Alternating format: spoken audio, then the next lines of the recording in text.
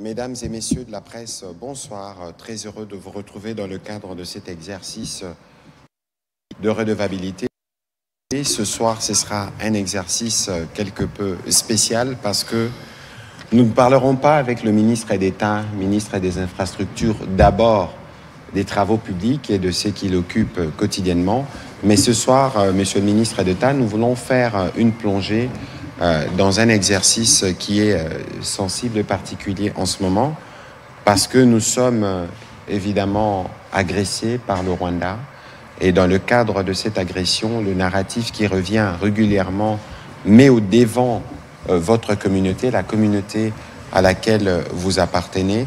Et nous avons estimé qu'il était important, comme vous l'aviez fait déjà une fois dans le cadre de cet exercice de redevabilité, mais que ce soir, nous puissions nous focaliser sur la question pour que vous puissiez nous donner les détails et pour que notre opinion puisse être édifiée parce que malheureusement, la guerre, nous la faisons dans un contexte aussi où il y a beaucoup de mauvaises informations qui circulent, qui ne permettent pas aux uns aux autres de comprendre la portée et la sensibilité de certains sujets. Et donc ce soir, nous voulons parler de la cohabitation pacifique en République démocratique du Congo et de la place de la communauté Banyamulenge. Monsieur le ministre d'État, bonsoir. Bonsoir Patrick. Merci de vous joindre à cet exercice de redevabilité dans un contexte où nous avons lancé la campagne Congolais Téléma. Monsieur le ministre, pour commencer, comment votre communauté vit ces moments lorsqu'elle est constamment épinglée par les présidents rwandais comme étant une communauté qui vit un génocide en République démocratique du Congo? Comment réagissez-vous face à tout cela? Parce que vous savez mieux que nous que tout ce que le président Kagame dit n'est pas vrai.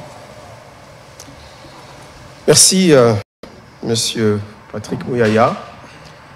Je voudrais commencer d'abord par saluer nos chevaliers de la presse ici. Bonsoir à vous. Je voudrais, d'entame, vous me permettrez, puisque c'est la première fois que je m'exprime ici sur la RTNC depuis les derniers développements que nous avons connus avec l'occupation de la ville de Goma, ensuite l'occupation de la ville de Bukavu. Je voudrais exprimer toute ma solidarité et ma compassion à nos frères et sœurs, à nos compatriotes qui vivent aujourd'hui sous cette partie de notre pays occupée par le Rwanda, parce qu'il faut appeler un chat par son nom, au travers de son supplétif ou ses supplétifs qu'est le M23 ou la FCM 23, comme on veut bien l'appeler. Et donc, nous voulons ici dire que nous partageons ces moments difficiles avec eux et nous pouvons comprendre que être sous la domination de forces d'occupation soit vraiment des moments, des temps difficiles pour nos frères qui vivent à Goma, à Bukavu, et dans toute cette partie, parce qu'aujourd'hui, Rutshuru aussi connaît le même problème, Masisi connaît le même problème. Et donc, notre solidarité et notre compassion les accompagnent à chaque instant. Alors, comment est-ce que notre communauté, la communauté Banyamulenge, vit cette situation? C'est un véritable déchirement pour nous. Un véritable déchirement parce que nous nous rendons compte que aujourd'hui, un pays voisin, que moi je traiterais d'un État belliqueux, exploite les quelques problèmes que nous pouvons avoir dans notre pays. N'oublions pas que nous sommes un pays immense, avec 450 tribus, et que, comme d'autres pays, nous connaissons des défis internes. Et ces défis internes sont, par rapport à cette problématique, sont des défis de cohabitation entre certaines communautés. Je voudrais vous parler d'abord, avant de répondre à cette question, de ma propre expérience.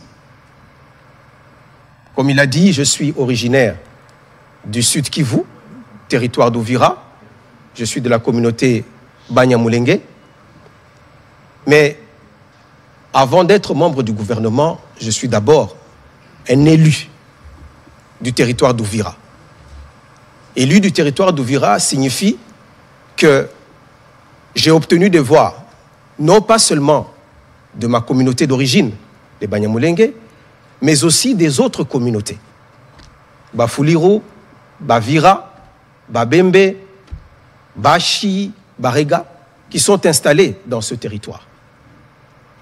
Et peut-être pour la petite histoire, vous devrez aussi savoir que je suis le fils d'un illustre homme politique, M. Gisaro Mourosa Frédéric, qui lui-même, en son temps, a été également commissaire du peuple.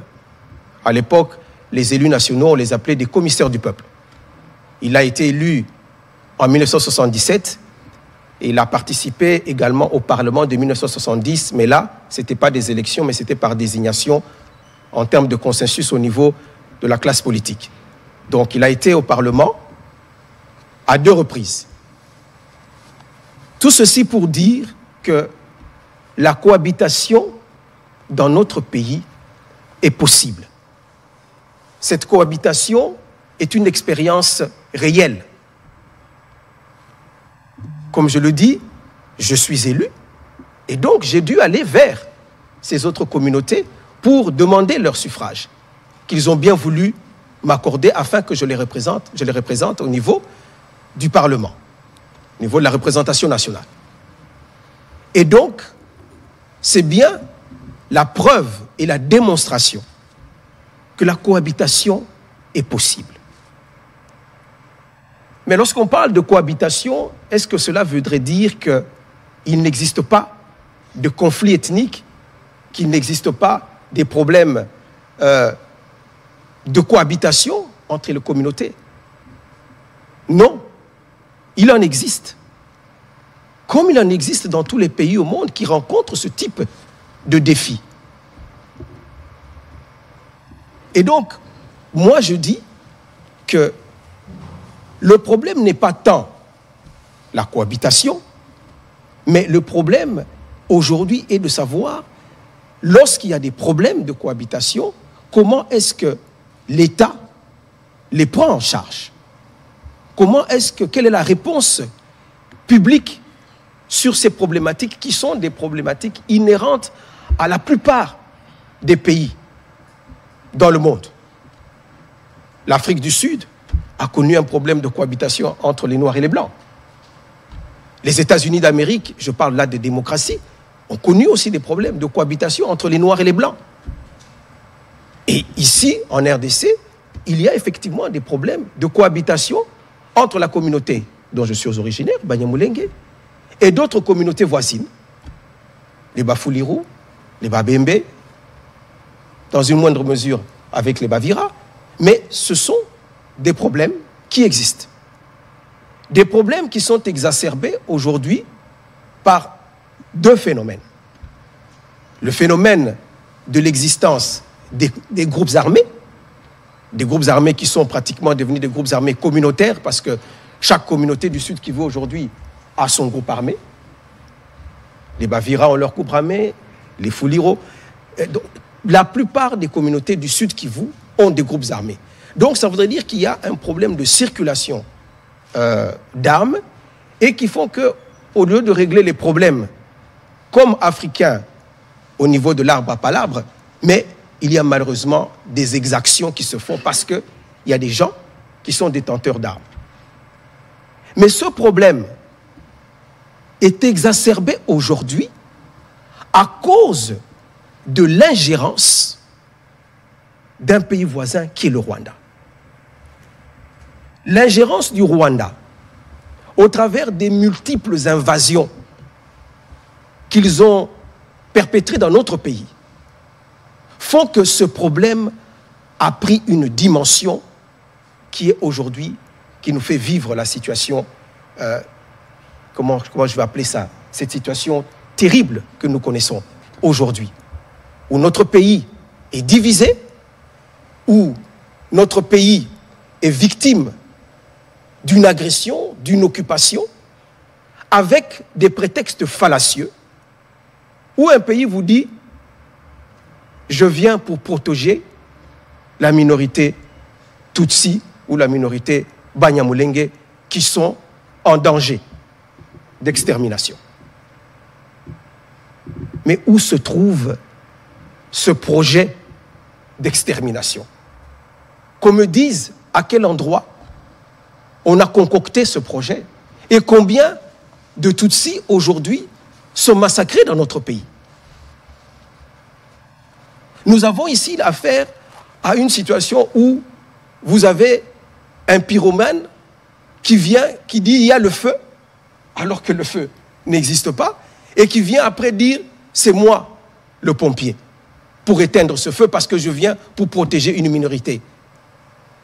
J'ai eu à le dire ici il y a quelques années, sur le même plateau ici de la RTNC, en disant que nous, comme communauté Banyamulenge, ou de manière plus générale la communauté Tutsi, nous n'avons jamais demandé au Rwanda de venir ici pour protéger notre communauté. Bien au contraire, les différentes invasions que fait le Rwanda ne fait qu'exacerber les problèmes de cohabitation qui peuvent exister. Parce qu'il en existe aussi entre les Luba et les Katangais. Nous l'avons vécu ici. Lors des joutes électorales, on a senti une certaine violence qui est revenue entre ces deux communautés. Nous le vivons aussi en Ituri, entre les Hema et les Lendu, ou encore ici, plus près de Kinshasa, entre les Teke et les Yaka. Tous ces problèmes de cohabitation sont des problèmes que doit résoudre la République démocratique du Congo parce que ce sont des défis internes. Point n'est besoin de voir un État voisin devenir l'avocat d'une partie de notre population et intervenir militairement avec plus de milliers de soldats, soi-disant pour protéger une communauté. Non, l'agenda est tout autre. Parce que je voudrais savoir, et je pose la question, qui protège la communauté Banyamulenge installée ici à Kinshasa? Est-ce le Rwanda? C'est notre État. C'est la RDC qui les protège. Nous avons ici, à Kinshasa, des membres de la communauté. Moi, je les fréquente, je les vois tous les jours. Ils circulent librement dans les villes de Kinshasa, dans la ville de Kinshasa. Nous avons notre communauté en bon nombre à Bukavu. Est-ce que c'est les Rwandais qui les protégeaient? Bien sûr, je parle d'avant l'invasion, parce qu'aujourd'hui, ils vont dire que c'est eux qui les protègent. Non. Bien avant l'invasion, qui les protégeait? Ce n'est pas le Rwanda. Ceux qui sont à Uvira, ceux qui sont à Lubumbashi, ceux qui sont à Kolwezi, sans oublier le gros qui vit dans les hauts plateaux de Mwenga, Fizi, Uvira, à Minembwe, puisque c'est le coin qui est le plus connu. Ce n'est pas le Rwanda qui les protège. C'est notre État qui les protège. Il peut y avoir effectivement des manquements. Cela peut arriver, mais il n'est nullement question, et nous n'avons pas invité le Rwanda à venir régler ce problème. Qu'il y ait des discours de haine vis-à-vis de cette communauté, parce que une certaine partie de notre population qui est affectée par le fait que le Rwanda attaque notre pays et qui dit « mais vous leur ressemblez ». C'est ça le vrai problème. C'est la confusion qu'il y a parce que lorsqu'on regarde le visage des Rwandais, entre guillemets, parce que là aussi, il faut préciser que le Rwanda est peuplé non pas que des Tutsis, mais il y a aussi des Hutus, et qui sont majoritaires. Mais simplement parce que le régime de Kigali aujourd'hui, qui est dirigé par M. Kagame, et parce que M. Kagame est Tutsi, comme je le suis, comme il y a des communautés à cheval sur chacune de nos frontières. Mais à cause de cette ressemblance de phénotype, on considère que nous épousons leur narratif, nous épousons leur cause. Il n'en est pas question. Moi, et comme beaucoup d'autres, Banyamulenge, et je dirais même des Tutsis, de manière générale, nous ne sommes pas d'accord avec ce que le Rwanda, le plan du Rwanda, le plan macabre du Rwanda sur notre pays. Nos problèmes, nous voulons les régler en interne. Nous n'avons pas besoin de l'intervention d'un autre pays pour venir résoudre ou pour venir nous protéger, comme je venais de le dire. C'est notre État qui nous protège, comme il protège toutes les autres communautés du pays. Et en plus, laissez-moi peut-être continuer là-dessus. Allez-y, s'il vous plaît. Les autres conflits ethniques qui existent dans notre pays, mais les ressortissants, disons les populations de ces communautés-là, sont des communautés aussi qui sont à cheval avec les autres pays. Je vais prendre l'exemple des Hema et des Lendu, qui ont des problèmes aussi de cohabitation. Mais vous avez des Hema qui sont en Ituri, mais des Hema qui sont aussi de l'autre côté de la frontière, en Ouganda. Alors, si aujourd'hui, vous voyez l'armée ougandaise dans notre pays, mais ça, c'est une armée qui est invitée par la RDC parce qu'il y a des accords avec eux. Il y a une mutualisation de nos forces pour résoudre un problème que nous partageons.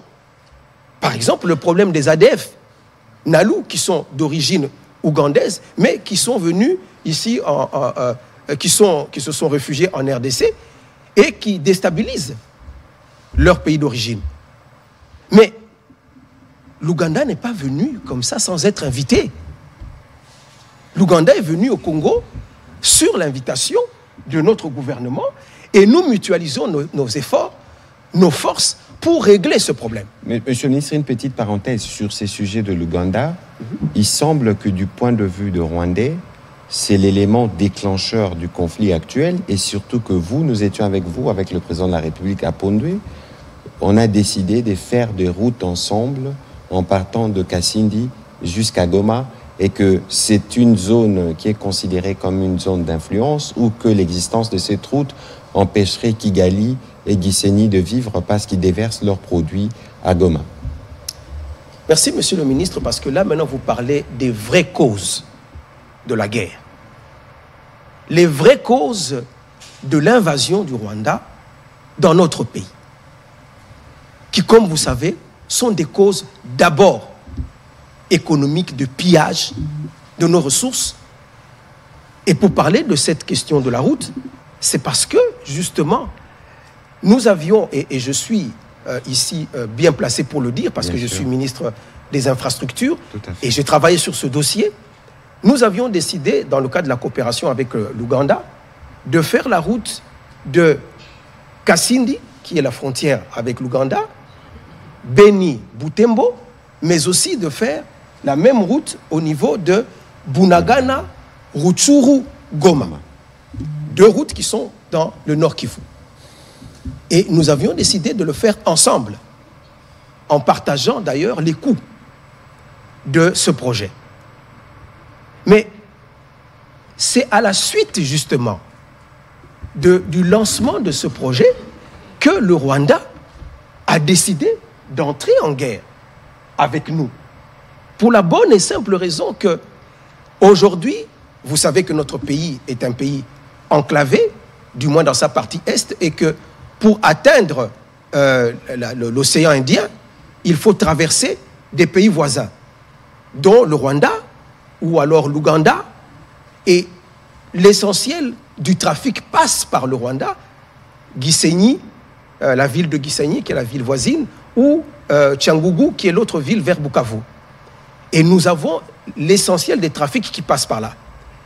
Parce que le Congo, en passant par Bunagana, donc en modernisant la route qui passerait de Goma, Rutshuru, Bunagana, c'est là les vraies raisons de la guerre. Parce qu'ils ont compris que tout le trafic qui passait par Gisenyi allait être détourné et les retombées économiques dont ils étaient bénéficiaires allaient aller vers l'Ouganda. Et c'est comme ça que la guerre a commencé. Vous savez que à l'arrivée du président Tshisekedi au pouvoir, il a eu une politique d'ouverture vers les voisins. Tout à fait. Dont le Rwanda. Nous avons tous vécu ça ici.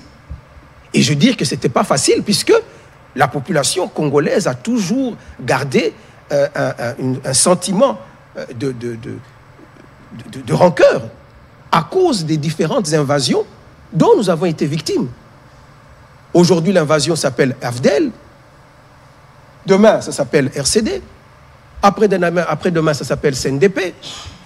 Le surlendemain, ça s'appelle M23.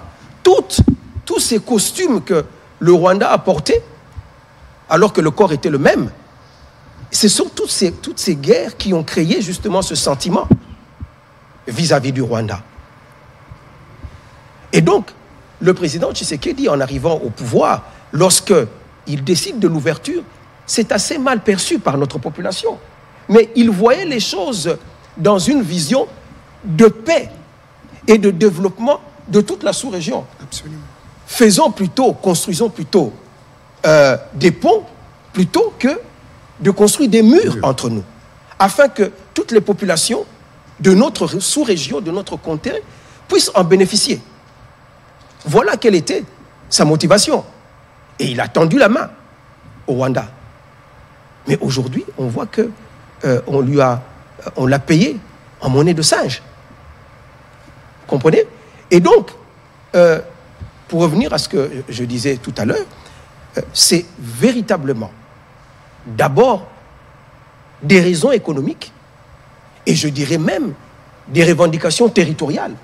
Puisqu'aujourd'hui, peut-être que la presse n'est pas informée, mais si vous suivez les débats au Parlement rwandais, aujourd'hui, ils discutent sur les contours ou les limites du Rwanda de l'époque, je veux dire, précoloniale. Tout à fait. À l'époque des royaumes et des empires.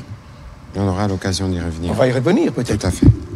Mais il y a eu 1885 qui a fixé les limites territoriales, les limites de chaque pays. Et aller à l'encontre de cela, c'est violer le droit international. Donc, je voulais parler justement, tout à l'heure, j'avais commencé à développer la problématique de la coopération qui doit exister entre les États. La problématique, comme je l'ai dit tout à l'heure, des Hema et de Lendu, qui est un problème qui touche une communauté qui est à cheval, mais vous ne pouvez venir, si nous avons besoin de votre accompagnement, de votre soutien, que si nous vous invitons. Il y a un droit international qui existe et qu'on ne peut pas fouler aux pieds comme cela. Alors, aujourd'hui, et je vais y revenir, vous savez, nous sommes tous conscients que le Rwanda a vécu un drame innommable, le génocide. Tout à fait. Et c'était des moments terribles que nous ne cesserons de dénoncer. Le génocide des Tutsis au Rwanda est une réalité. Personne ne peut en douter. Et aujourd'hui, il y a une forme de culpabilité collective parce que la communauté internationale avait abandonné cette population. Et qui fait que cette même communauté a du mal aujourd'hui à condamner. Il a fallu presque 30 ans pour que la communauté internationale accepte finalement, à cause des efforts diplomatiques que nous avons faits, de condamner le Rwanda pour ses invasions, à cause de cette culpabilité. Ils ont intervenu en 98, en 96, en 2008, en 2012, mais jamais ils n'avaient été condamnés. C'est maintenant que ces condamnations commencent. C'est cette culpabilité qui est à la base de cela. Et qu'il est difficile d'imaginer pour cette communauté internationale que la victime d'hier peut devenir le bourreau d'aujourd'hui. Parce que c'est cela. C'est de cela qu'il s'agit. Et nous, en tant que communauté, nous disons que nous avons besoin de vivre en paix avec nos frères et nos compatriotes des autres communautés congolaises. Nous ne voulons pas servir de marchepied.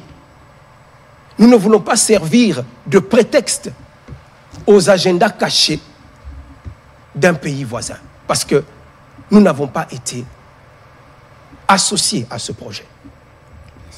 Et nous nous inscrivons en faux. Et si d'aventure il y a des membres de notre communauté, parce qu'il y en a,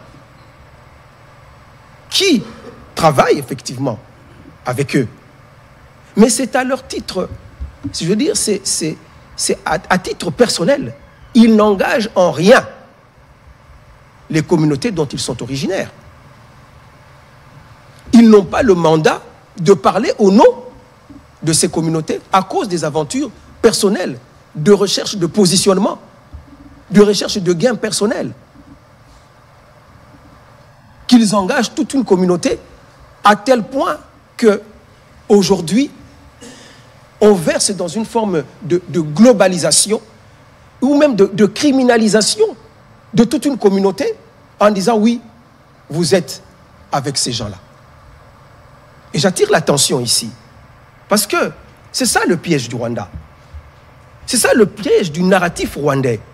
Lorsqu'ils disent nous venons pour protéger cette communauté, ils savent quelle est la réaction que cela va susciter de la part des citoyens congolais.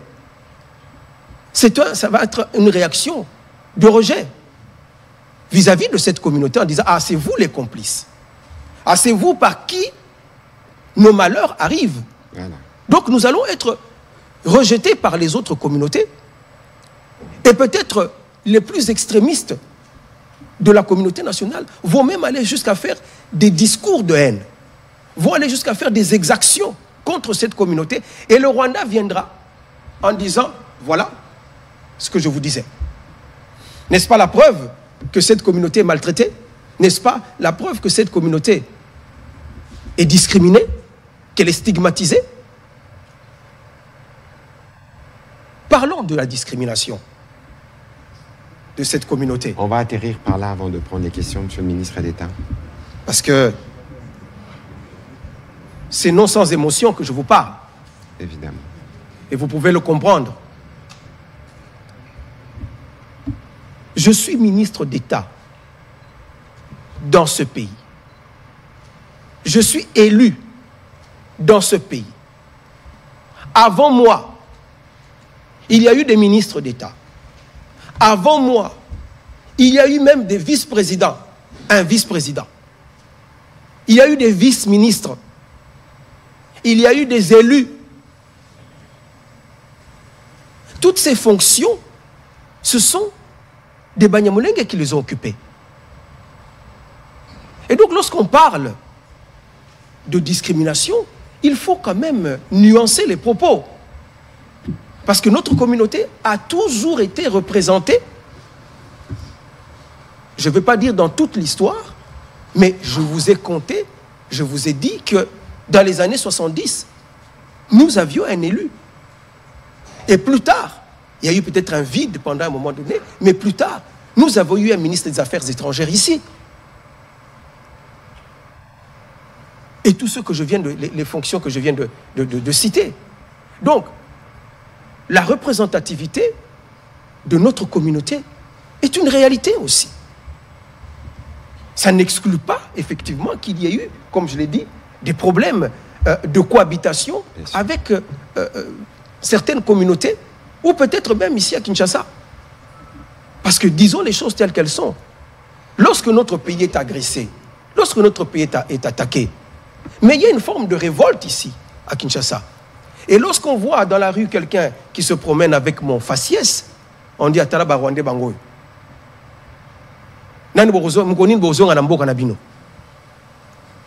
Donc cette confusion qui vient dans le chef de notre population, mais quelle en est la cause? C'est d'abord les attaques. C'est d'abord l'agression. Bien sûr, l'élément déclencheur. L'élément déclencheur. Et donc, ce que nous ne pouvons dire aujourd'hui, c'est de ne pas verser dans ce piège qui nous est tendu. Poison rwandais. Ce piège qui nous est tendu, qui tend à nous diviser, qui tend à exploiter nos conflits, à exploiter nos divergences internes, pour servir des agendas que la plupart de ceux qu'on utilise ne connaissent pas. Voilà le danger qui nous guette. Je vais peut-être m'arrêter là. Monsieur le ministre, merci beaucoup. C'était lent parce que j'avais prévenu en début de cet exercice que c'était un briefing particulier. Je voudrais, avant que nous ne puissions prendre les questions de professionnels des médias, revenir sur ce que le président de la République disait à ces sujets, à ces mêmes endroits où nous sommes, le 22 février 2024. Tout à fait.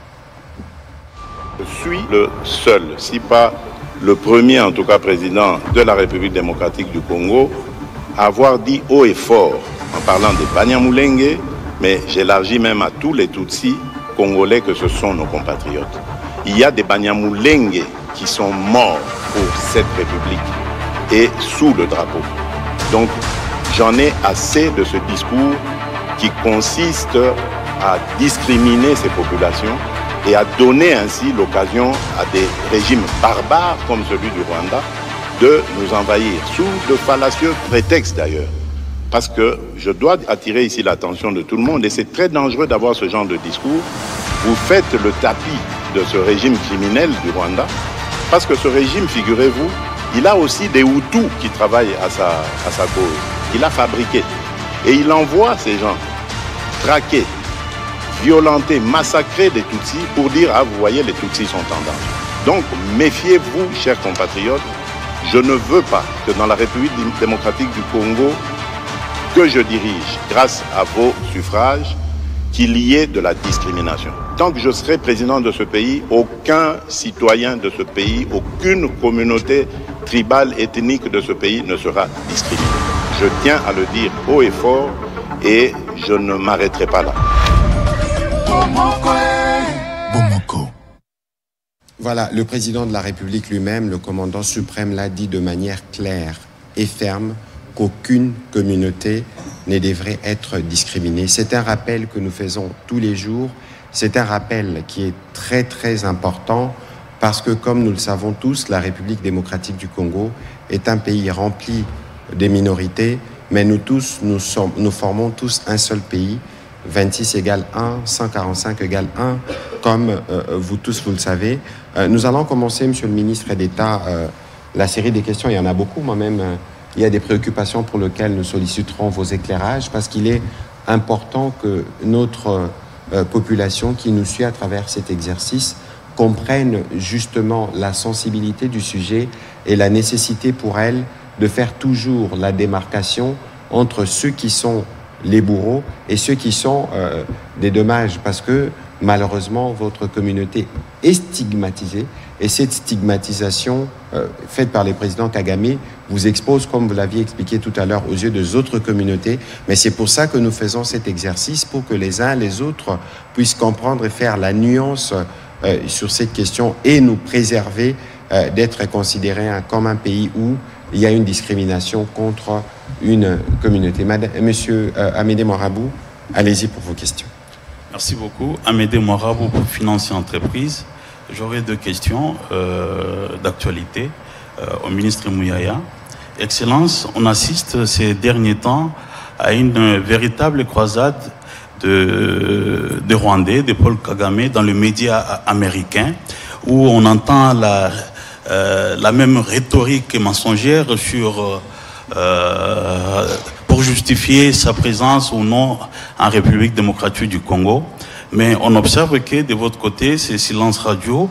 Alors j'aimerais savoir qu'est-ce qui est fait à votre niveau pour contrer cette croisade dans les médias américains avec la rhétorique mensongère que vous connaissez bien. Alors la deuxième question, Excellence, c'est il y a le Parlement rwandais qui a pris une résolution le 6 mars, c'est tout récent, sur les causes profondes de l'idéologie du génocide dans la région des Grands Lacs. Alors, pour être beaucoup plus précis, j'aimerais lire cette résolution. C'est une quinzaine de résolutions que le Parlement rwandais a pris. Et la première résolution dit ceci. Les causes profondes de la persistance de l'idéologie du génocide à l'est de la RDC et ses conséquences directes sur les Rwandais sont enracinées dans l'héritage colonial. La délimitation arbitraire des frontières a fait en sorte qu'un grand nombre de personnes parlant la langue kinyarwanda se retrouvent, soient devenus des citoyens de l'actuelle RDC. J'aimerais savoir ce que vous en pensez. Vous pouvez être complété par le ministre Lemineta qui a commencé à effleurer cette question quand il a pris la parole. Merci. Merci beaucoup pour vos pertinentes questions. Je crois que nous tous, nous devons être très vigilants et faire attention.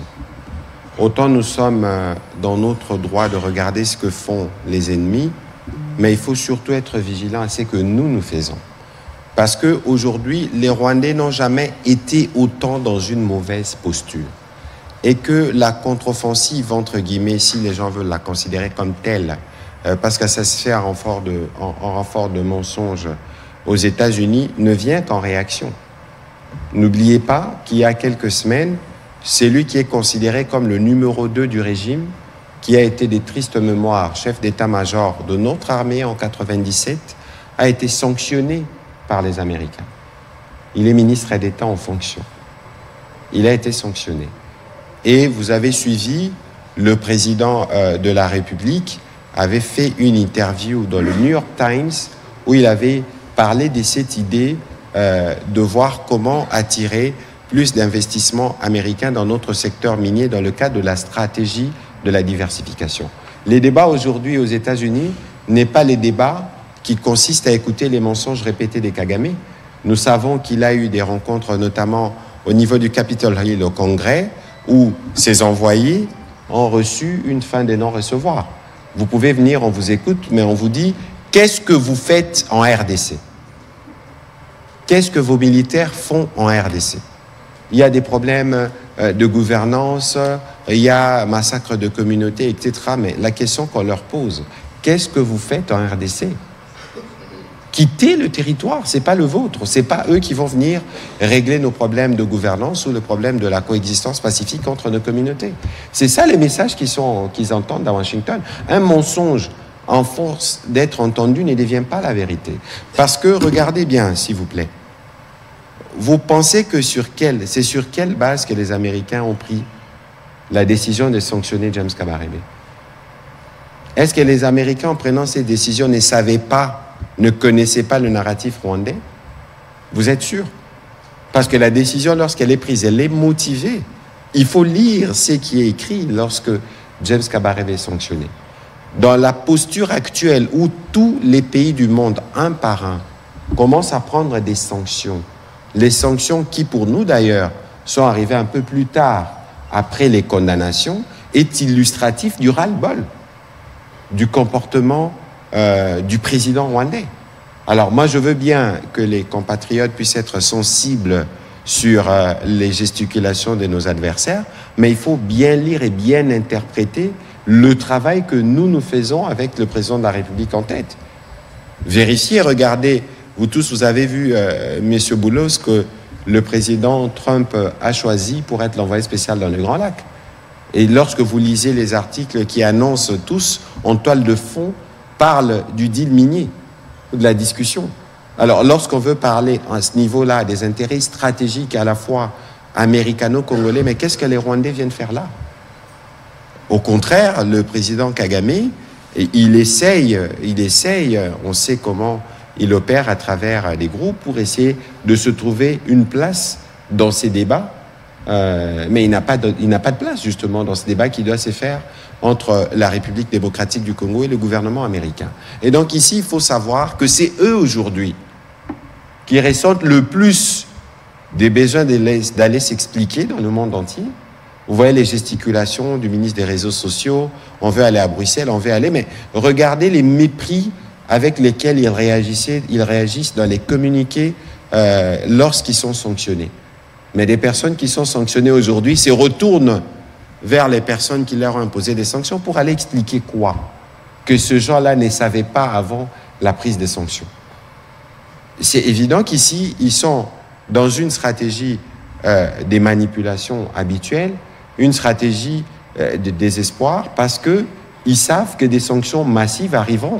En tout cas, tant qu'ils garderont leurs troupes sur notre sol, cela va arriver parce que là, c'est violer toutes les règles internationales en la matière, et surtout que vous suivez quotidiennement des crimes de guerre. On attaque des malades dans les hôpitaux, on les kidnappe, on les tue, on attaque les écoles, mais tout ce qui se fait là, le monde entier voit. Je ne vois pas les discours que le président rwandais et ses sbires ou supplétifs peuvent ressasser matin, midi et soir, qui va changer la réalité qui est vécue sur le terrain, celle des massacres systématiques. Et donc, les Congolais, partout, nous sommes devant avoir confiance. Parce que lorsque nous vous parlons de la combinaison de tous les fronts, ça produit des résultats. Et donc, même sur les terrains où ils sont supposément censés être, nous y étions. J'étais les premiers, moi, à faire les débats avec Mme Ramaya d'Atlantic Council, peut-être parce que c'était en anglais, les uns les autres ne sont pas suivis, n'ont pas pu suivre. Et donc, il y a, on ne vous dira pas, il y a des initiatives en cours, des interviews en cours de préparation qui vont aller à tous les niveaux, parce que les médias constituent pour nous un front à part entière. Donc, de ce point de vue, soyez plutôt rassurés qu'un mensonge, à force d'être entendu, ne deviendra jamais vérité. Sur les deuxièmes volets de votre question que le ministre d'État a effleuré, je serais d'ailleurs heureux qu'il puisse me compléter à ces sujets. Nous savons qu'en réalité, le plan du Rwanda, derrière tous les faux prétextes aujourd'hui, c'est de réussir à couper une partie de la RDC. Alors, on essaye de deux manières. Soit qu'on l'occupe avec nos militaires, en imposant la terreur telle qu'ils l'ont fait, pensant que la communauté internationale, ou d'abord nous-mêmes les Congolais, on ne serait pas vigilants, on se laisserait faire. Comme ça, ils consacrent la balkanisation physique de fait. Parce que ce qu'ils font, c'est quoi? Dans les territoires occupés, quand ils arrivent, la première chose qu'ils font, ils brûlent les archives. Ils brûlent les archives, ils font des redistributions de terres et ils pensent même repeupler. Mais c'est quoi le plan? Et c'est ce qui est en cours. Et tout le monde le sait, parce que c'est que je vous dis, si vous lisez un article qui est sorti il y a quelques semaines de Michael Arong, elle s'appuie sur des commentaires qui sont faits par les experts des Nations Unies. Et nous avons ces éléments, le vice-premier ministre, ministre de l'Intérieur l'a déjà abordé en conseil, et nous sommes déjà revenus dessus. Alors, la messe qui est dite, la fausse messe qui est dite au niveau du Parlement rwandais, c'est encore une fois du verbiage, parce que ici, le gouvernement rwandais tient à tout prix à garder son opinion avec elle, en disant que nous avons des problèmes de sécurité, parce que là-bas, on massacre des Tutsis, encore que le ministre d'État l'a déjà dit ici. Quelle que soit la nature de problème qu'il peut y avoir en RDC, eux n'ont pas le droit d'intervenir. Nous avons les Bazombo ici, nous avons les Bateke, nous avons des tribus transfrontalières. Est-ce que s'il y a un problème avec les Andés dans l'ex-Équateur là-bas, est-ce que le président Touadéra doit intervenir? Et donc, vous voyez qu'ici, c'est un plan malsain qui est concocté et on veut se donner tous les arguments pour venir les justifier devant la propre opinion rwandaises qui commencent à se distancer de leur régime. C'est parce que les citoyens rwandais n'ont pas le droit à la parole. Mais si on leur devait donner la parole, je ne suis pas sûr qu'ils embrasseraient tout de suite les schémas ourdis par leur président. Un schéma où on veut commencer à perpétuer des mensonges avec des sénateurs qui ne se gênent pas devant des médias publics de venir tenir des propos qui attaquent les femmes dans ce qu'elles ont de plus précieuses, qui sont victimes des agissements de leur armée. Vous voyez la structuration d'un régime si barbare et qui pense pouvoir se pérenniser ici, soit par eux-mêmes, soit par des supplétifs. C'est là le plan, et c'est pourquoi nous sommes debout. C'est pourquoi les Congolais nous sommes télémas. C'est pourquoi toutes les communautés de la RDC, y compris la communauté du ministre d'État, dit non et se mobilise justement pour mettre fin à ces plans malsains d'occuper une partie de notre territoire et de revenir sur les tracés coloniales. C'est vous dire que tout ce qu'ils utilisent comme prétexte, discours de haine, etc., ce ne sont que de prétextes mensongers. Les vraies raisons sont celles-là. Monsieur le ministre d'État, un complément sur cette question. Très bien.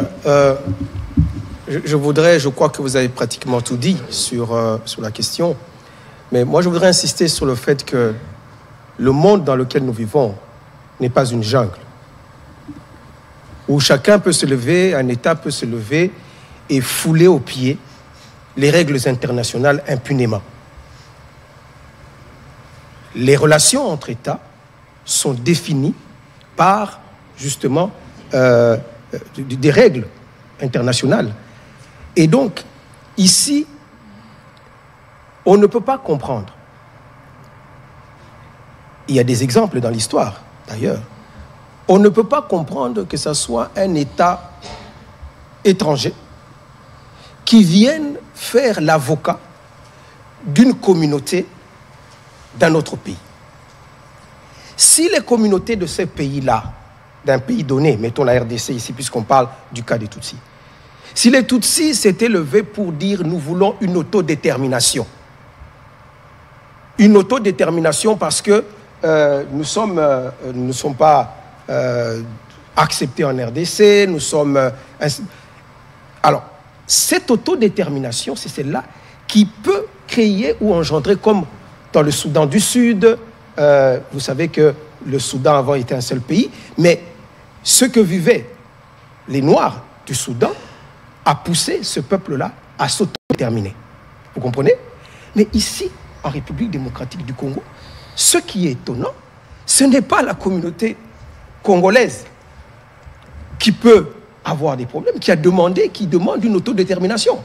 Il s'agit d'un autre pays qui vient, qui dit non, cette communauté-là vous devez... parce que c'est ça qu'il y a derrière. Peut-être que vous ne l'avez pas souligné. Ce qu'il y a derrière, ce que le Parlement a pris comme résolution, ce sont des visées territoriales. Ce sont des visées pour dire que puisque ces populations se sont retrouvées de l'autre côté de la frontière à cause des limites fixées par la colonisation, eh bien, nous voulons récupérer ces espaces dans lesquels ils vivent. C'est ça qu'il y a derrière. C'est ça l'agenda. Le véritable agenda, c'est celui-là. Et maintenant, on commence à utiliser des mécanismes nationaux, passant par le Parlement, une résolution, pour que demain, on puisse passer véritablement à l'action. Donc c'est ça le but. Vous comprenez? Alors, nous disons qu'il n'y a pas, en République démocratique du Congo, des espaces ou des personnes ou des communautés qui ont décidé qu'elles puissent être récupérées par le Rwanda ou que leurs espaces puissent être... Et il ne faut pas oublier aussi qu'en parlant que des Tutsis, mais les Tutsis ne vivaient pas seuls, même dans l'époque coloniale ou l'époque des royaumes et des empires. Si tant est qu'ils vivaient dans ces parties, dans ces espaces, Rutshuru, Masisi, ils n'étaient pas seuls. Et donc, lorsqu'on parle de... Même si on devait, dans l'impossible, je suis dans l'impossible où il y aurait quelqu'un qui voulait le faire. Mais ce n'est pas que une communauté qui vit avec les autres, qui dit, moi, je décide que, voilà, je veux m'autodéterminer. Non. Ils étaient avec les Hutus, ils étaient avec les Nyanga, ils étaient avec les Houndé, ainsi de suite. Vous comprenez? Donc, ceux de notre communauté qui veulent servir ces intérêts-là ne pourront pas y arriver parce qu'il y a les autres communautés qui ne vont pas les rejoindre dans cette démarche-là. Vous comprenez? Donc, aujourd'hui, on ne peut pas imaginer, c'est tout simplement invraisemblable. Voilà pourquoi on utilise la terreur. Voilà pourquoi on utilise la force armée pour faire taire ceux qui osent lever le doigt ou lever la bouche pour pouvoir dire le contraire de leur agenda. C'est ce qui est en train de se passer. Et malheureusement, pour eux, c'est que même nos villes qui sont occupées aujourd'hui, il y a une vraie résistance. Il y a une résistance silencieuse peut-être, parce qu'ils n'ont pas d'armes pour pouvoir réagir. Mais ils résistent. On leur parle. Et ils demandent quand est-ce que, finalement, nous allons revenir dans le giron national. Nonobstant la propagande que nous pouvons entendre, de leurs affidés. C'est ça la réalité. Voilà ce que je pourrais dire. Voilà, M. Eric Izami. Merci, Monsieur le ministre. Tout d'abord, je voudrais commencer par louer ces initiatives parce que j'aurais voulu que ça puisse se succéder avec ce qu'on avait fait autrefois avec le professeur Ndaiwel Eziem Isidore, mais ensuite avec le professeur Tchibangu Kalala dans ses explications. Félicitations pour vos initiatives. Maintenant, mes préoccupations. Merci. La République démocratique du Congo, jusqu'aujourd'hui, partout à travers le continent, on sent que nous priorisons la paix pour vivre avec les autres. Vous avez bien parlé, les Congolais de partout vous ont écouté. Mais vous, aujourd'hui, Monsieur le ministre Alechi Gisaro, vous êtes aussi un notable. Vous avez dit, et vous avez dit avec sincérité, que vous êtes un élu d'Uvira, donc Sud Kivu. Puisque nous, RDC, nous avions priorisé la paix et que le voisin belliqueux n'en veut toujours pas, alors comment pensez-vous que l'on puisse résoudre ces problèmes récurrents des incursions rwandaises dans nos terres, en pensant à ce qu'avait dit Mobutu en son temps? Je ne veux pas récupérer par la parole ou le dialogue ce qu'on m'a ravi par la force. Avant vous et moi, Mobutu l'avait dit. Ça, c'est la première préoccupation. La deuxième préoccupation, vous avez dit et fait remarquer que dans le Sud Kivu, nous avons Chabunda, Kalehe, Walungu, Kabare, etc., etc. Mais vous avez remarqué que chaque tribu ou presque, les Babembe, les Bafulero, les XY, ont chacune des tribus une milice. Comment vous, en tant qu'élu du peuple, donc notable et érudit de la République, pensez-vous résoudre ce problème-là pour que ça puisse terminer? Et je termine par cette question. Vous avez été sincère. Moi, je suis fils de l'ONATRA. Vous avez été ADG à l'ONATRA. J'ai vu un peu votre parcours comme ça. Moi, en tant que journaliste, vous, en tant que politique. Alors, quand vous dites, vous n'avez pas donné mandat à X ou Y personnes appartenant à votre communauté que d'aller revendiquer quoi que ce soit aux Congolais. Vous avez dit la vérité. Mais alors, la question, seriez-vous capable de coopérer avec la justice de la République démocratique du Congo pour dénicher ceux-ci qui distribuent la mort quand même? Ce sont là mes questions. De toute évidence, le ministre d'État va répondre, mais sur la question de la sécurité de communauté, ce n'est pas une question qui se règle au niveau de la notabilité, c'est une question qui se règle au niveau global.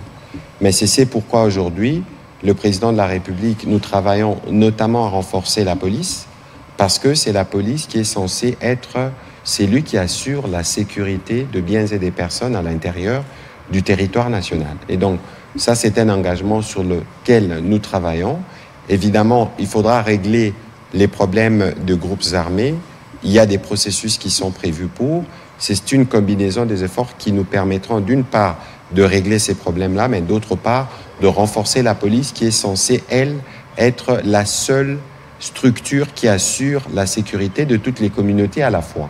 Imaginez qu'on a 450 tribus, s'il y a 450 milices, ça devient source d'insécurité pour tout le monde et partout.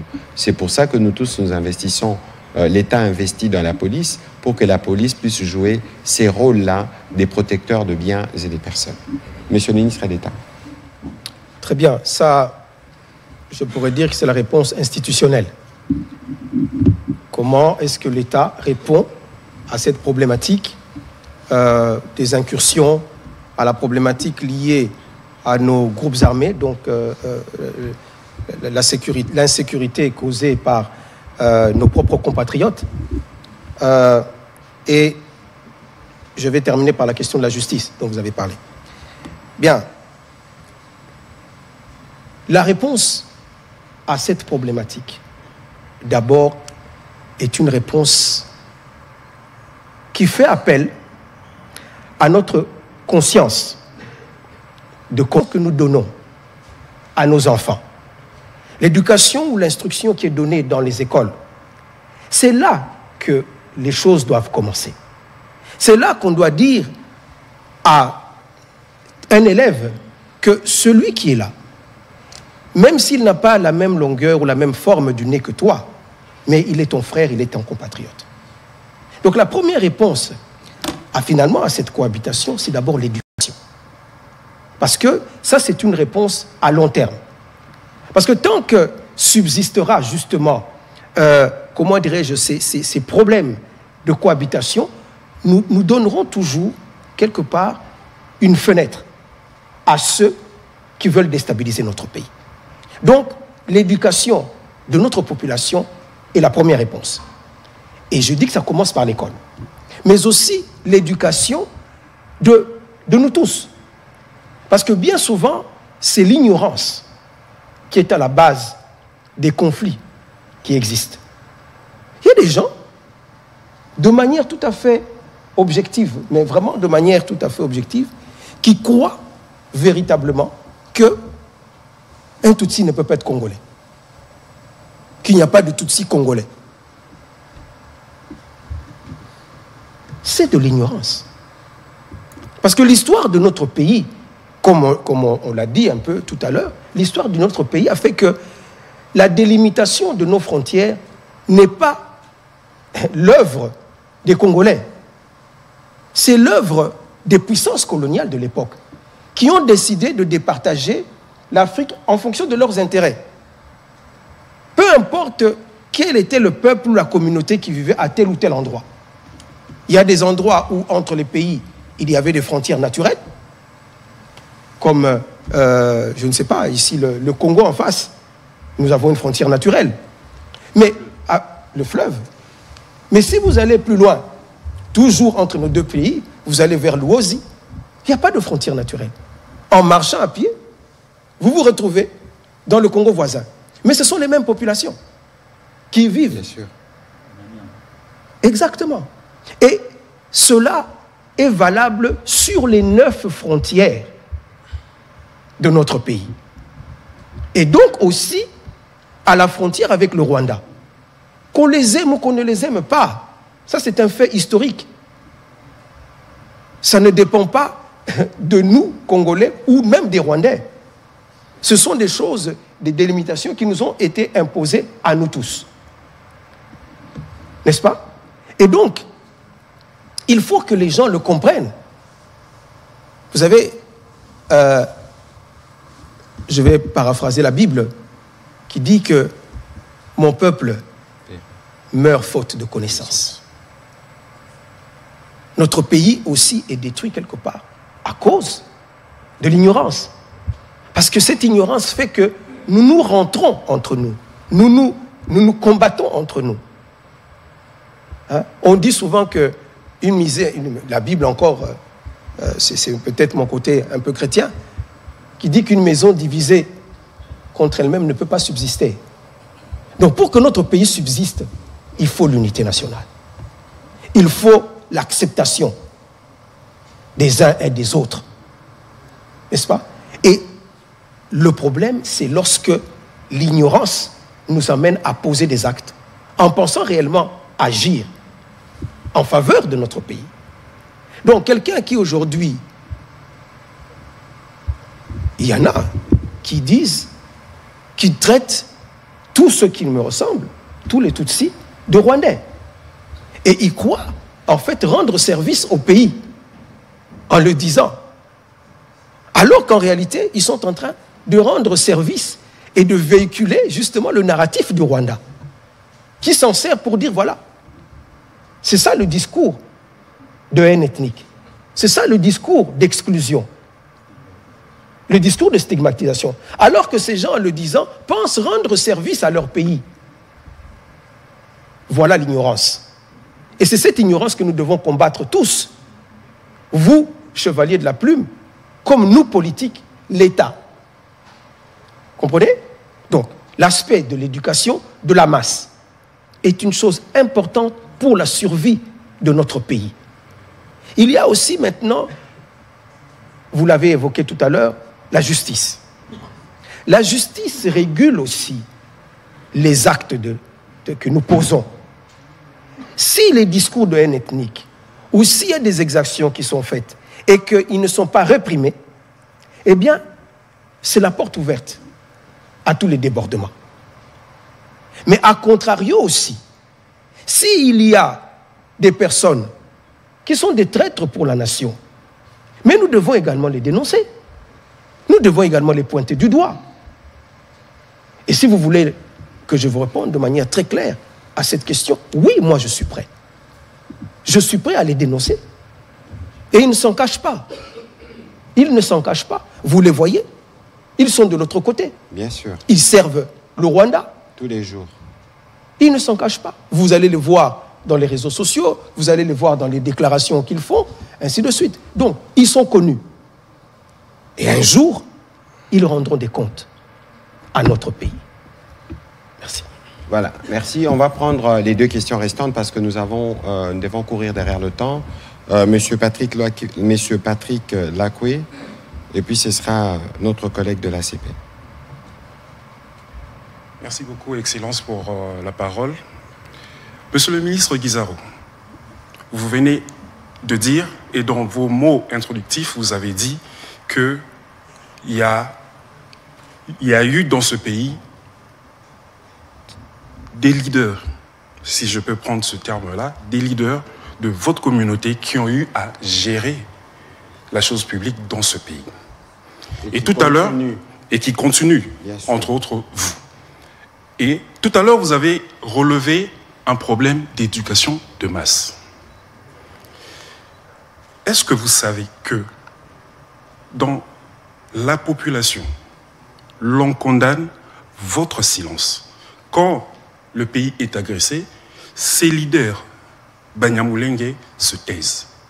Ils ne se prononcent que quand ils sont pointés du doigt. Que répondez-vous?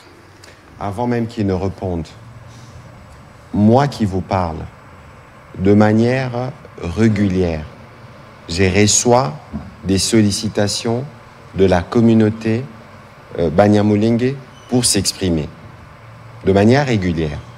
Et à chaque fois qu'il y a des cas, des dérapages ou des cas des poisons rwandais qui circulent, je suis moi le premier à être alerté par la communauté et ce n'est même pas par mon collègue ministre d'État. Je pense qu'il y a quelques jours, nous avons vu qu'elle s'est exprimée de manière claire et on n'avait pas besoin de les stigmatiser ou de les activer. Parce que moi qui suis régulièrement en contact avec eux, je sens en eux le même souci que chacun d'entre nous pour que cette guerre se termine.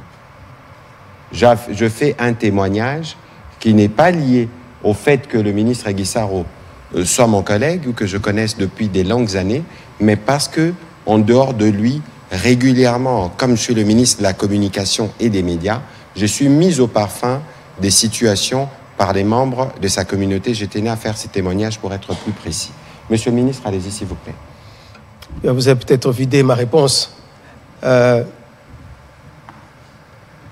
Personnellement, je suis intervenu ici pour parler de cette question.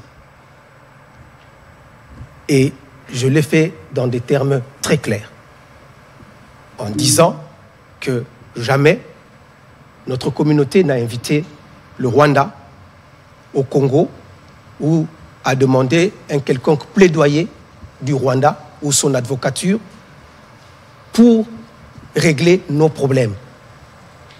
J'ai mis en avant le fait que nous avons un État responsable, un État qui doit régler les problèmes de conflits internes, là où ils apparaissent. Donc nous ne sommes pas tus, nous l'avons dit. Mais peut-être que, et je peux accepter votre remarque en disant nous devrons le faire plus souvent. Peut-être, nous devons le faire plus souvent pour que la communauté nationale soit, ou l'opinion nationale soit beaucoup plus informée sur ces questions. Nous devrions réaliser des émissions historiques qui peuvent montrer effectivement que la problématique, même des origines, que nous ne sommes pas une population qui est venue juste après les massacres qu'il y a eu au Rwanda, parce que cette idée aussi circule dans la population en disant voilà, ils sont arrivés ici en 1960, après que le Rwanda ait connu les massacres de 59, ou encore d'autres qui situent notre arrivée en 72. Des émissions pareilles doivent être organisées. Et moi, je peux vous dire que je l'ai fait sur d'autres chaînes de télévision, bien avant. La dernière fois ici, c'était le 14 février 2023.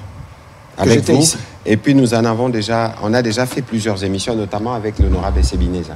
Tout à fait. Ou avec les députés d'Ouvira. Vous avez reçu aussi d'autres personnes, comme M. Gassoré, M. Kamanzi, ou d'autres personnes qui ont eu à intervenir sur ces questions pour expliquer à l'opinion nationale. Mais c'est vrai que peut-être que les gens estiment que nous ne parlons pas assez, ou nous ne le disons pas assez.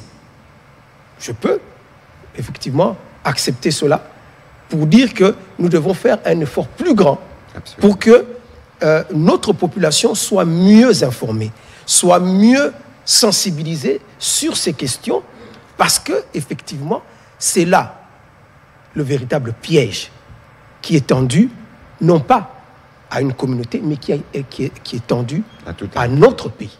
Tout à fait. Parce que c'est ça aujourd'hui, le véritable discours, le narratif du Rwanda se base sur cela. Et nous ne voulons pas cautionner ce narratif. Et je pense que vous allez nous revoir beaucoup plus souvent sur ces questions. Voilà. Monsieur le ministre d'État, parce que nous parlons de votre communauté, de sa représentativité, est-ce que vous pouvez nous donner, peut-être sans les citer, pas les nombres, mais tout au moins une idée des membres de votre communauté qui font partie des différentes structures de l'État? Oui, j'aurais dû d'ailleurs l'évoquer tout à l'heure. Tout à l'heure, j'ai parlé des fonctions, des hautes fonctions d'État, en parlant de ceux qui ont œuvré dans le gouvernement, mais dans les entreprises publiques, nous avons aussi des membres de la communauté qui sont des directeurs dans les entreprises. La Banque centrale, le Fonds de promotion de l'industrie, et j'en passe. Mais au-delà du monde civil, il y en a aussi dans l'armée. Dans l'armée, nous avons des membres de la communauté, mais à tous les niveaux, à tous les grades. Des généraux, à partir du grade de général jusqu'au plus bas de l'échelon. Nous avons une dizaine. Si je dois prendre tant ceux du Sud Kivu que du Nord Kivu, nous avons une dizaine. Actuellement, le numéro 1 de la zone de défense, qui a en face de lui justement les armées du Rwanda ainsi que ses supplétifs du M23, le général Masunzu, et de la communauté, Banyamulenge. Le commandant des régions adjoint du Sud Kivu et de la communauté Banyamulenge. Je passe, vous avez au niveau de l'inspection générale, au niveau de la force terrestre, nous sommes représentés dans ce corps. Et ce qu'il faut ajouter, c'est que ces communautés ou les membres de notre communauté meurent avec les autres. Absolument. Les présidents de la République l'avaient relevé ici. Ils versent leur sang avec les autres. Récemment encore, au mois de février ici, il y a un colonel qui a été abattu sous les balles de l'armée rwandaise. Son corps est ici, est à la morgue. Oui. Donc, nous sommes présents dans les institutions et dans la vie nationale, de manière générale. Je ne parlerai pas de ceux qui sont dans le commerce. Il y en a qui font du commerce de vaches, qui circulent avec leur bétail un peu partout de la République. Et si certains, effectivement, peuvent rencontrer des problèmes, parce que ça arrive aussi, qu'ils soient en face de certains extrémistes qui leur causent des problèmes, véritablement. Mais tout cela, ça revient à ce que disait tout à l'heure le ministre.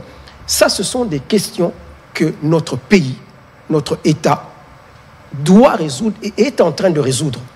C'est pourquoi vous voyez que, au plus haut niveau de l'État, le chef de l'État lui-même se mouille le maillot pour en parler, pour éviter que nous tombions dans le piège qui nous est tendu, en disant « ce sont des compatriotes, ils meurent au front avec nous, avec les autres communautés de la République, pour défendre l'intégrité territoriale, pour défendre notre pays. » Et c'est ça, finalement, le sens même de l'unité nationale. C'est ça le sens de la cohésion nationale. Et ce n'est que de cette façon que nous bâtirons un État fort au cœur de l'Afrique. Tout à fait. Merci. Voilà. La question, je la pose à M. le ministre de la Communication et Médias. Monsieur le ministre, puisque actualité oblige, la présidence angolaise a annoncé aujourd'hui, mardi, la prochaine ouverture des négociations avec des groupes armés après la visite du président de la République. Est-ce que le M23 et AFC sont aussi concernés par ces négociations? Écoutez, merci pour la question. Ce qu'il faut savoir, et c'est que je peux en dire pour le moment, c'est que le président angolais avait une responsabilité dans le cadre de la résolution 2773. Pour ceux qui n'ont pas lu, je souhaiterais que les gens lisent, parce que c'est lui qui est le médiateur principal dans le cadre du processus de Luanda. Et il a invité le président de la République aujourd'hui pour lui faire part de l'initiative qu'il a prise. Donc il faudra attendre dans les prochains jours de précisions qui pourront être faites sur comment cette initiative devrait se faire. Donc nous reviendrons pour vous donner des plus amples détails dès que nous les aurons. Voilà. Monsieur le ministre, on va terminer cet exercice, mais il y a quand même la question, une question pendante, c'est la question des FDLR. Parce qu'on peut tous se souvenir qu'il y avait ici l'ambassadeur du Rwanda qui est revenu sur le sujet. Je voudrais qu'avec la technique, on puisse les réécouter, comme ça on pourra avoir aussi votre réaction sur le sujet, parce que c'est un prétexte qui est récurrent.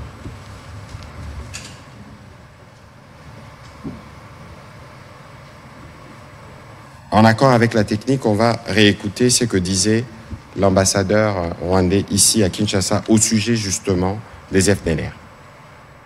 Nous n'avons aucun intérêt d'attaquer les FDLR aujourd'hui, au moment où les FARDC les ont sérieusement attaqués et ils sont vraiment affaiblis. On en parle très peu.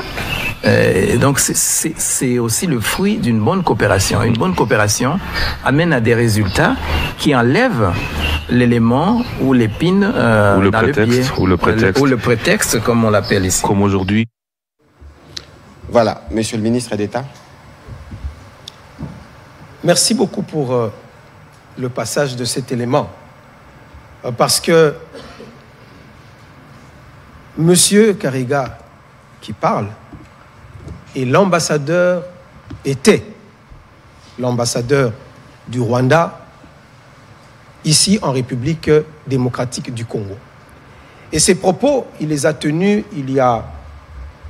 en 2021, je pense, si mes souvenirs sont bons, où, comme vous l'avez suivi avec moi, il dit que les FDLR ne constituent plus une menace existentielle pour le Rwanda.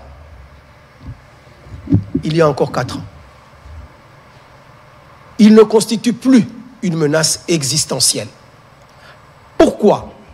Parce que la République démocratique du Congo a mené des opérations qui ont fait qu'on a réduit la nocivité de ce groupe. Et aujourd'hui, quand il le disait, il ne constitue plus une menace. Donc, et il insiste sur la coopération qui existait entre les deux pays, qui a conduit à ce résultat. Il a dit c'est bon qu'il y ait une coopération. Et j'aimerais dire clairement qu'il n'y a pas meilleure réponse pour comprendre que le narratif rwandais d'aujourd'hui est un narratif qui est totalement faux. Parce qu'eux-mêmes l'ont dit, et c'est un représentant officiel du Rwanda qui l'a dit. Il n'y a plus de menace existentielle du Rwanda par rapport au FDLR. Donc, ce que nous comprenons, c'est quoi? C'est-à-dire que lorsqu'il y a coopération entre les deux pays, les FDLR n'existent plus, ne sont plus une menace. Mais lorsque les relations deviennent mauvaises, tout d'un coup, ces FDLR deviennent une menace. Que devons-nous comprendre? Quelque part, il y a quelqu'un qui ment. Ou c'est l'ambassadeur qui avait menti, et je ne pense pas que c'est le cas, ou c'est le discours actuel, ou qui est mensonger. Absolument. Donc, en réalité, chers compatriotes, il s'agit là d'un mensonge d'État.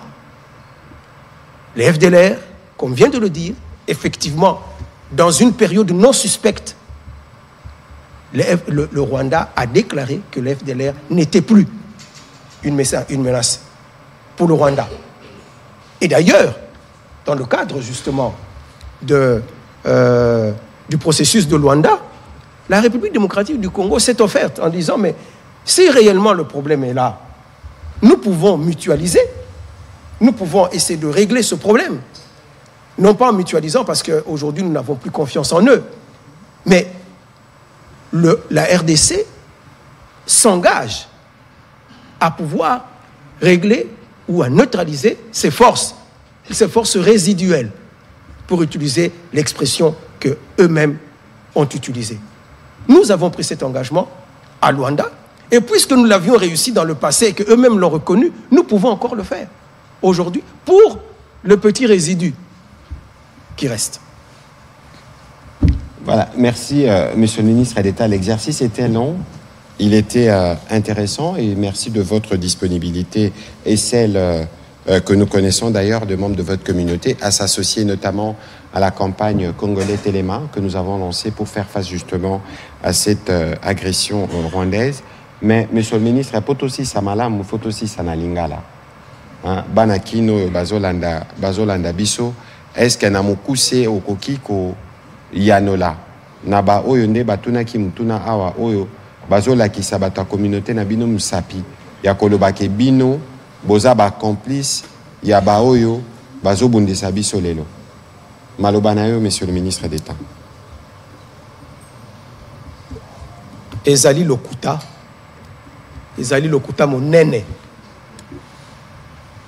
oyo Rwanda lelo azali ko propager tango azali ko lobake bazali ko ya awa pona ko protéger communauté na biso. Ezali lokuta monene d'abord parce que communauté na biso etikali ko inviter bango te, etikali ko senga bango te ke bazala ba avocat na biso. Communauté na biso ezali une des communautés ya Congo. Ba problème na biso entre Congolais, atato bundi, atato swani, tozali na tata, pe tokoluka ba solution na katikati na biso. Toza na besoin te que muta uta libanda po ya koluka biso ba solution awa. Oyo azaki kolobake ayepo na yango, ayepo na yango te, ayepo na agenda mususu.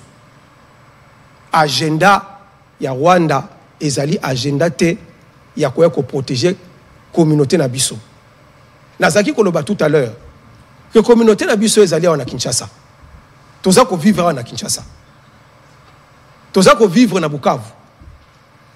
Est-ce que na Kinshasa ata soki problème to pokoso ebimi ezali kaka l'état na biso? Est-ce que tokenda kolela? Tokoloba président batu bakomi koloba ke biso toza ba complice.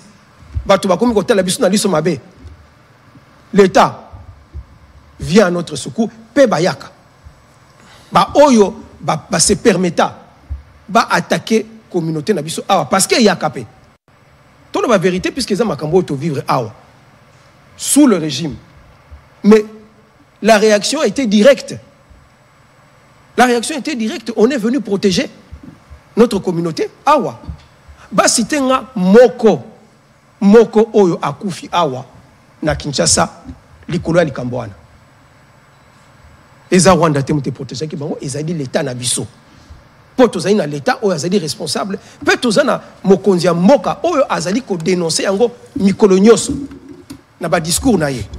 Alobaki yango na Angleterre à l'époque na Londres, alobaka que Munyamulenge azali congolais lokola ba misusu, azali compatriote lokola ba misusu.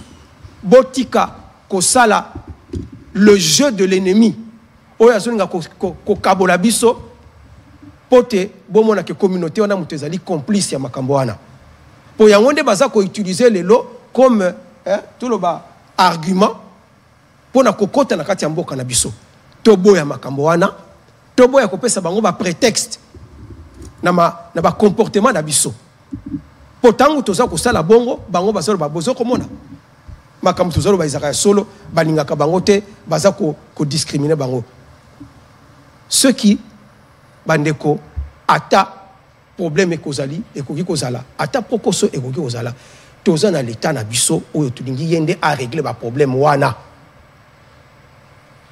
Yango nde toza ko senga, yango nde toza ko linga te que toza ko senga biso ba congolais to sala le lit to bango nde ni na lingala to pesa bango raison te na discours bango basanango o bazonga ko lekisa na ba mboka libanda pona ko kosa ete que voilà communauté oyo génocide za ko se préparer o communauté oyo massacre za ko se préparer contre bango yango na biso ba biso pula wana ezali wapi bayoka yango wapi boni bakufi na kati ya communauté wana tozali wana Kinshasa, tozali na Bukavu, tozali na Uvira, tozali na Lubumbashi, tozali na Kolwezi. Wapi bakufi pona kolobake M23 e banda bitumba. M23 o ezali tolobaka ilamba oyo Rwanda elati lelo. Pote alata bilamba mususu obino moko boyebi na mikolo o ezalaki ezali passé. Tout à fait. Donc ne tombons pas. Toko yate nakati ya piège. Nakati ya mutambo. Oyo. Banguna. Oyo. État ya Rwanda ezaliko tendre biso. Toko yate. Et je termine en faisant appel à l'unité, à la cohésion. Tozala na bomoko. Pote tope sa occasion te na banguna bayako. Kosakana na mboka na biso. Yangonde tata mokonzi mboka asa ko loba mikolo nyonso unité nationale, cohésion nationale. Ba problème na biso to résoudre entre Congolais. Merci. Voilà. Merci beaucoup, ministre d'État na Malobanayo. Je crois que briefing à l'élève Hakim Laï, mais à la qui spécial pour nous permettre na ba nyos bato nyos bazolanda biso ba comprendre Makambu Oyo, président de la République, à l'Obaka, Auto Lexarami Colonios, son cadre de campagne Bomoko, que Babanyamulenge Baza Bandeko Nabiso, ba Congolais. Ministre Egissa Royabi Pebino Awa, Nengeni Bango Moko Bazo vivre pour protéger la population Mususu, Namboka Batu Mususu, Yangonde Zako exposé Bango. Awa na Congo, Tozana plan, Tobomaka Babanyamulenge te, To Ataka Bango te Nenge président rwandais Azako Lobana Mokili Mobimba. On a eu la bitumba on a est RDC parce que tozana plan ya ko exterminer bande konabiso babanyamulenge yangonde ko gisa royer lelo pona ko limbole la biso ce qui bolandie malamu ebisi bino azapeka yemo côté d'abord avant kutu akoba ministre d'État yemo kwazana nous député bon ba député nyoso bobonaka tobenga ba député nationaux pourquoi. Parce que bato ba votera ba député bazalaka bato ba membre ba communauté mon côté.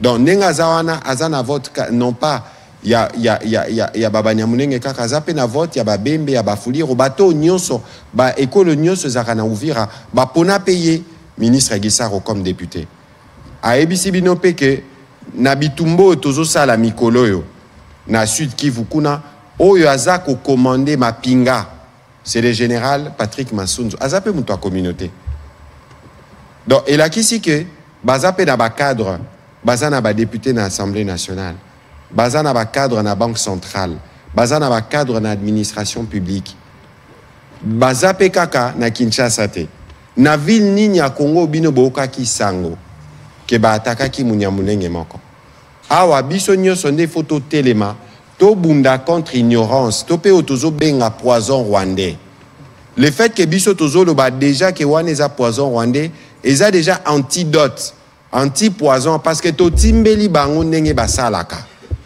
donc biso nyonso awa toza na obligation na ba moment oyo yemoko ministre d'État pa pesi exemple ya maloba na Biblia kendako ezanga bomoko ezandako erosuka nango kobukana soki biso tolingi Congo na biso etelema il faut tozala na cohésion il faut tozala na unité pe il faut toboya piège ya muninga mboka na biso Congo tozaka na 450 tribus 450 pour un même peuple 26 provinces eza ebele eza nde bandolo bana biso ba makamba ba Swahili awa Swahili ezaka nango ekolote awa na Congo toyebi bangala balobaka lingala toyebi baluba balobaka chiluba toyebi bakongo balobaka bakongo mais écolonie ezaka ba Swahili awa Swahili eza munoko oyo ba communauté na biso mingi ya ba province ya est balobaka parce que eza langue moko uta bakota ba Tanzanie ba Zanzibar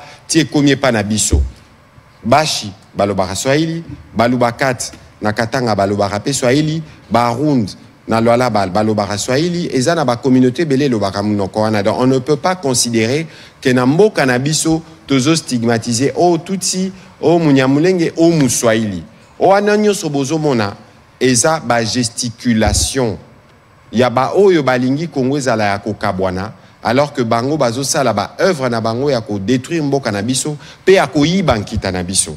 Je crois que ministre Gisaro azalaki moi moulaï pour apesi biso pe partant il y a expérience na yemoko. Il a même parlé de son père depuis 1977. Yé azalaka commissaire du peuple neti ba député à Lelo. Donc il a kisi ke biso nyonso toza peuple moko yango to ko continuer ko travailler na bino ba pandisango pona ko yeba ba complexité pe ba diversité nyonso toza nango parce que diversité yango wana pe salaka richesse. Monsieur le ministre d'État, merci beaucoup de votre participation et à la prochaine. Merci. Merci.